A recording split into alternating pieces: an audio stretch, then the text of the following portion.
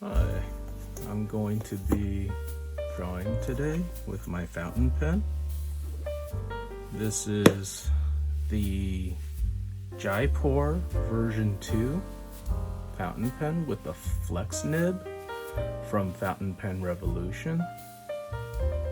It's really nice. It's a piston filler fountain pen, and as I've said, it's a flex. So I can get some very nice thick and thin variations when I draw.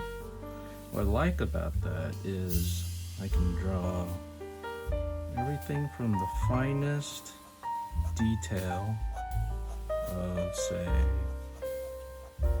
the hairs on the eyebrows to the eyes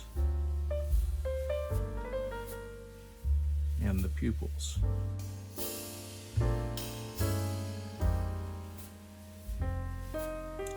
So, along with all the little fibers that one would find inside the pupil and the reflected light, as well as the eyelashes that one would see, like so.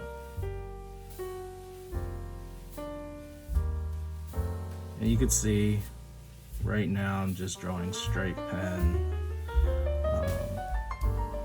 and that's because I've drawn this kind of angle from the human head many times now, so I'm pretty used to this, although I do mess up sometimes. But because I've done it so many times that even when I do mess up, I'm able to figure out little ways to fix the mistakes.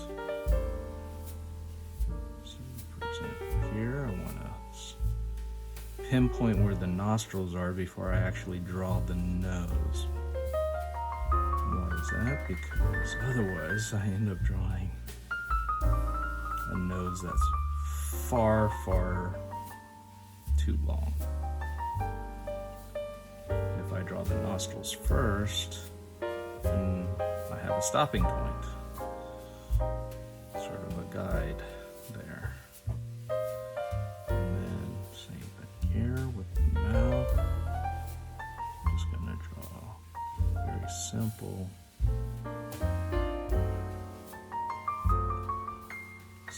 mouth here. The lips are, and then I have this floating face right now without a whole lot of definition on chin or jaw, and this is always tricky because I have a tendency to draw too large of a chin.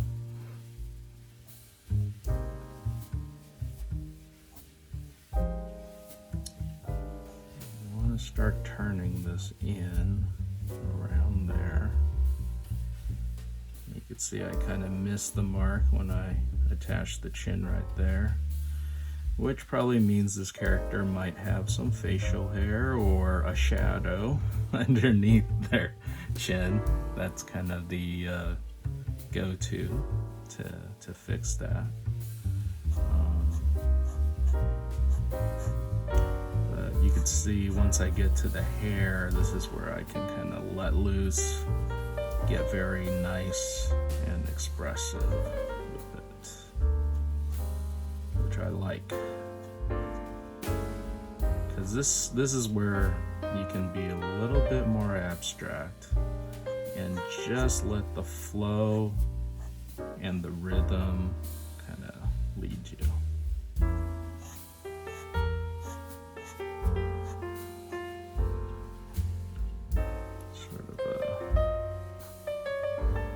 Long-haired character. I'm not even sure who this character is yet. I'm just drawing something I'm making up as I go. There's some. And also what I like about this pen is just the flow of it just keeps going. Many times, if you're used to fountain pens and flex, you'll probably know that you're often trading between high flex versus scratchiness, stop and go, sort of inconsistencies with the nib and the flow of the pen. The pens that tend to flow better tend not to have flex. But this Jaipur V2 happens to kind of skate the line very well between giving me the flex that I need with the thick and thin. As you can see, I can come back and redefine this line, you know, as if I know what I'm doing very confidently, even though, as you had witnessed, I kind of went into it with a series of chicken scratches.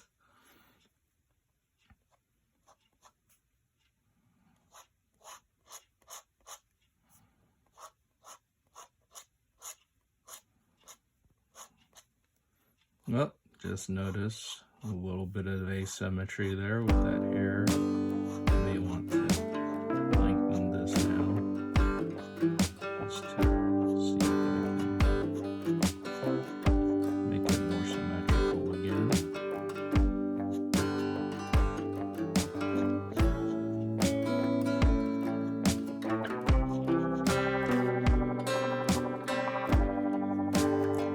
Just love the way this kind of just flows out.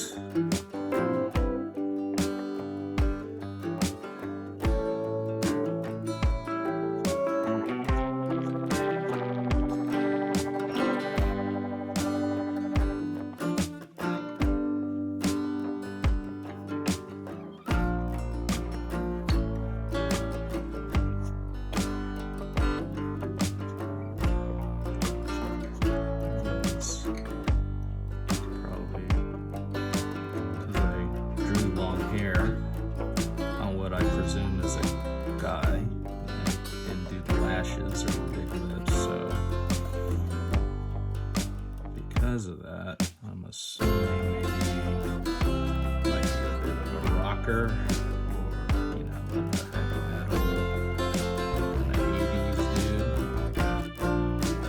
Nowadays, folks with long hair tend to roll it up in the hands of he has no need to speak of, so just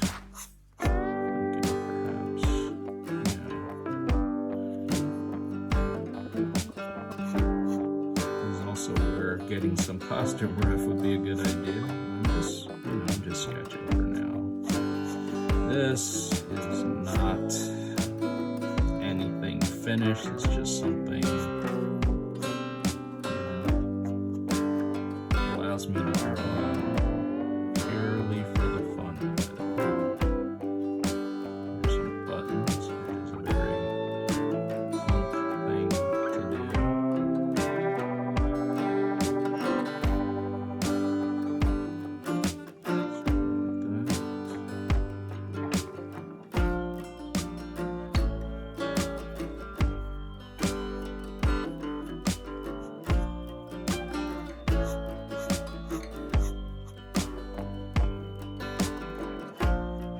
Because it flows very well, I was able to pull off some okay ellipses. Not perfect, but because it flows, I was able to not have to wrestle.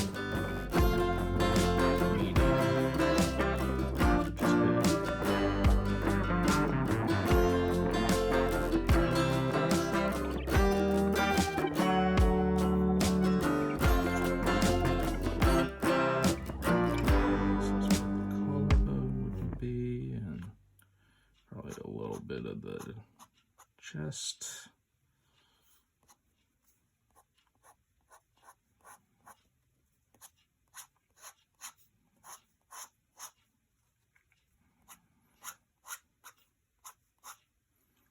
guessing a drummer.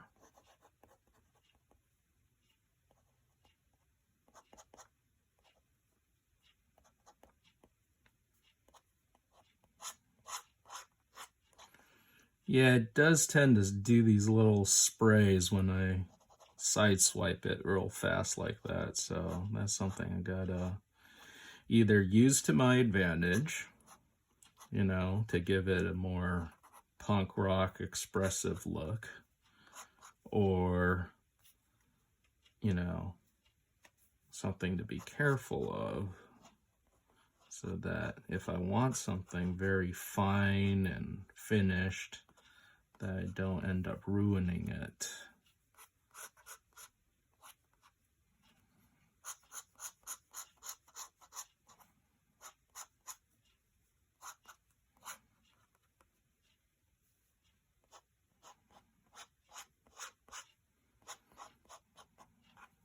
Didn't really think of a pose, unfortunately, so I'm not entirely sure where the hands are in this composition.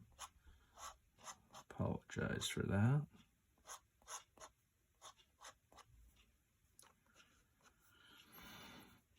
And all the rest would be branding, you know, little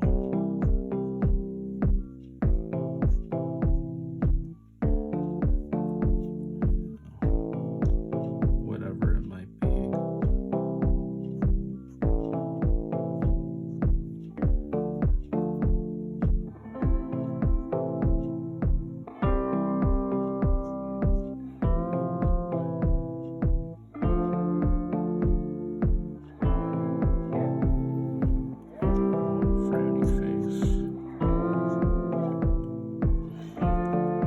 Kind of friendly, doesn't he, for somebody who's all metalled out?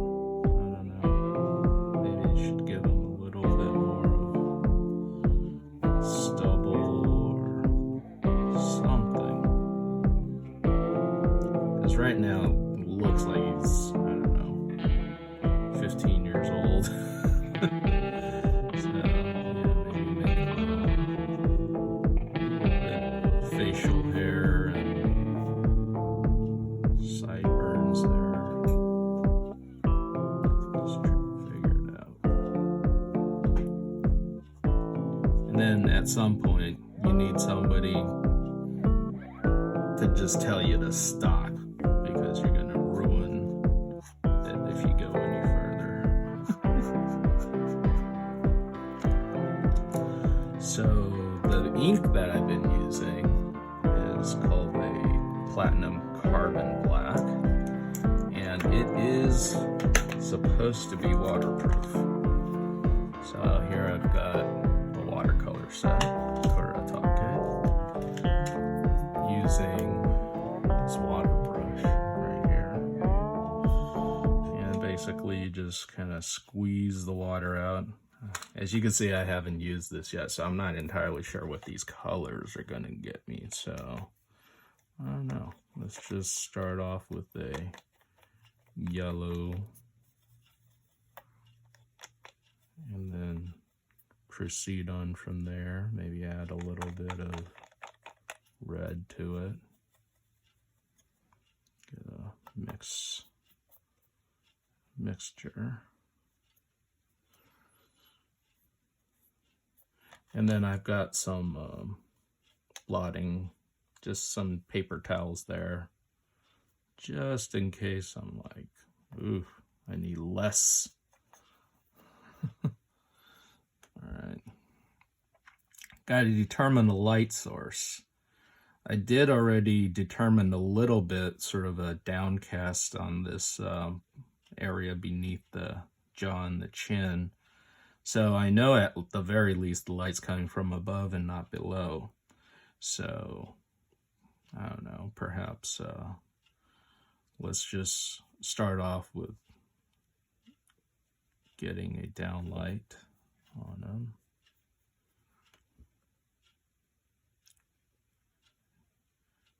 As you could see, tends to overwhelm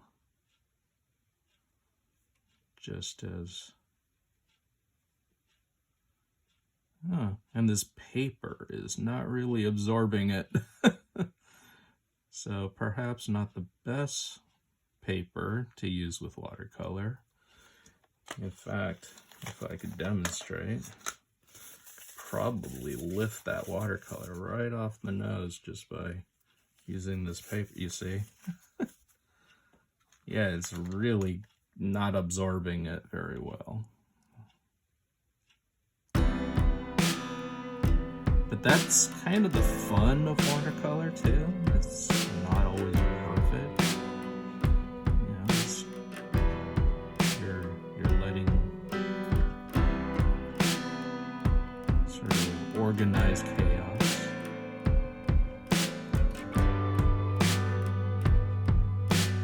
And giving a little bit of red where the capillaries would be, right? The blood kind of flows on the face, lips, nose, eyes, ears, that area, those areas. When it comes to the forehead, I get a little bit.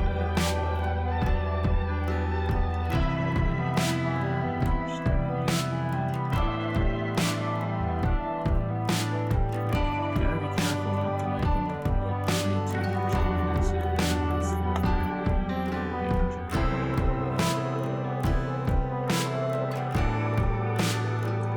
And then, because I've established a bit of this stubble, it's going to be a bit of a hue shift as you get down here.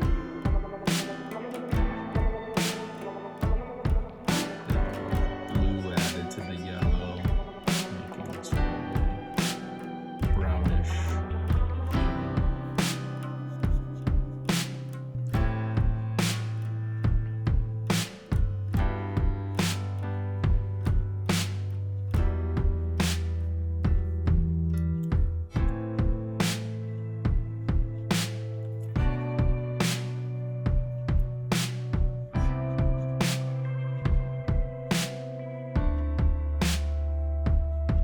Not sure what color the fella's hair would be. Maybe like a dirty blonde or something like that.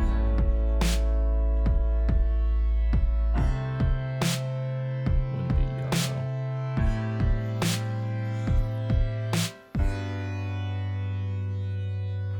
Wouldn't be a perfect yellow, that is.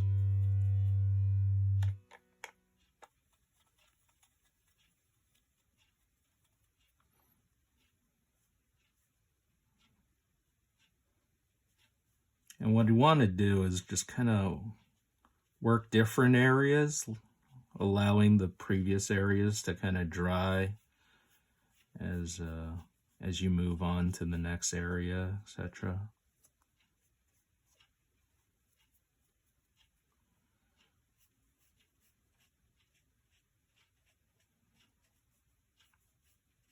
All this is a bit light. It's fine. You just build it up in layer after layer. Start off light, end it, you know. If I had the confidence to just jump in and go, I mixed the perfect color, I would probably lay it on a lot thicker. But right now, I'm just testing it, you know. See if I end up with a happy accident or something I like to pursue. Again, you gotta pursue it almost as if you're ready to throw this away if you need to. You can't let it be too precious when it comes to your sketchbooks.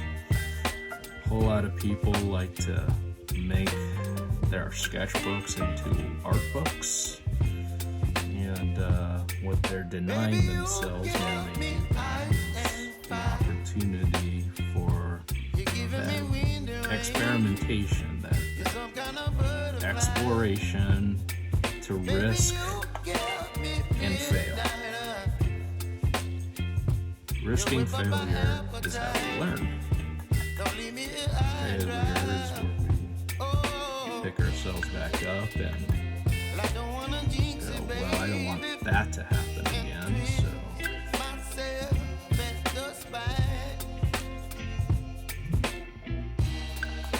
I'll do better next time. That's how we remember, so without granting yourself that opportunity, well, you do just end up drawing what is safe. And in some ways, this, is a pretty safe piece, I gotta admit. So I'm not immune to it either. This is a fairly safe piece because I know that I can draw a face.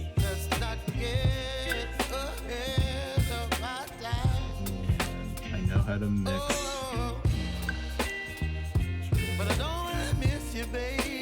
bluish green denim.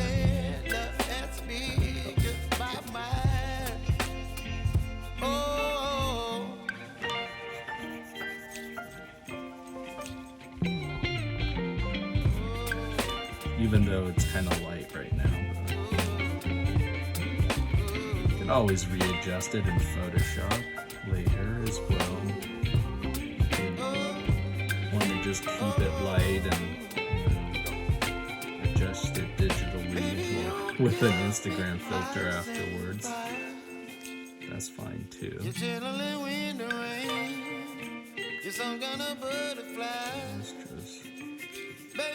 What's cool is, I'm able to get a color piece relatively quick. It's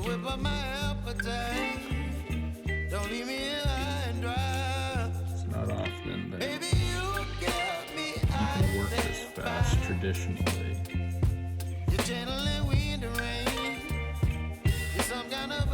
I like watercolor for that reason.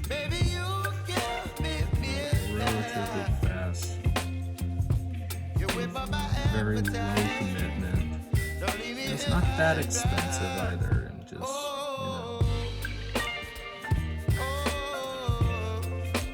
drawing with the waterproof ink and then applying watercolor afterwards.